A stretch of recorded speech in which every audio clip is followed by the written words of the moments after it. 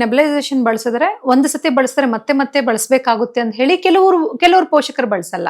ಇಲ್ಲ, ಹಾಗೇನಿಲ್ಲ. ಇದರಲ್ಲಿ ಯಾವುದೇ ಒಂದು ಸೈಡ್ ಎಫೆಕ್ಟ್ಸ್ ಏನಿರಲ್ಲ. ಒಂದು ಸಲ ಉಪಯೋಗಿಸಿದ್ರೆ ಮತ್ತೆ ಉಪಯೋಗಿಸ್ಬೇಕಾಗಬಹುದು. ಮಾಡೋದ್ರಿಂದ ಮಗು ತನ್ನ ದಿನನಿತ್ಯದ ಚಟುವಟಿಕೆ ಏನಿದೆ, ಶಾಲೆಗೆ ಹೋಗೋದು, ಆಟಗಳಿಗೆ ಪಾರ್ಟಿಸಿಪೇಟ್ ಮಾಡೋದು, ಯಾವುದಕ್ಕೂ ತೊಂದರೆ ಆಗಲ್ಲ. ಖಂಡಿತ ಬಳಸ್ಬೋದು. ಡಾಕ್ಟ್ರು ಎಷ್ಟೇ ಟೈಮ್ ಹೇಳಿರ್ತಾರೆ ಅಷ್ಟೇ ಟೈಮ್ ಕೊಡಬೇಕು. ದಿನಕ್ಕೆ 2 ಸಲ, ಕೆಲವು ಸಲ 4 ಸಲನೂ ಕೊಡಬೇಕಾಗುತ್ತೆ. ಬೆಳಗ್ಗೆ, ಮಧ್ಯಾಹ್ನ, ಸಂಜೆ, ರಾತ್ರಿನೂ ಕೊಡಬೇಕಾಗುತ್ತೆ. ಇದು ಬಿಟ್ಟು ಕ್ರಾನಿಕ್ ಕೇಸಸ್ ಅಂತಂದರೆ ಕಂಟಿನ್ಯೂ ಆಗ್ತಾ ಇರುತ್ತೆ. ಅಂಥ ಮಕ್ಕಳಲ್ಲಿ ಡೈನ್ ಮ್ಯಾನೇಜ್ಮೆಂಟ್ಗೆ ಇನ್ಹೇಲರ್ ಸ್ವರೂಪದಲ್ಲಿ ಕೊಡ್ತೀವಿ. ಇದು ಇನ್ಹೇಲರ್.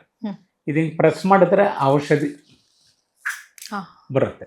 ಅದನ್ನು ಬಾಯಲ್ಲಿ ಇಟ್ಕೊಂಡು ಮಗು ಎಳ್ಕೋಬೇಕು. ತುಂಬ ಮಕ್ಕಳಿಗೆ ಇದು ಕಷ್ಟ ಆಗುತ್ತೆ. ಅದಕ್ಕಿಂತ ಈ ಸ್ಪೇಸರ್ ಯೂಸ್ ಮಾಡ್ತೀವಿ.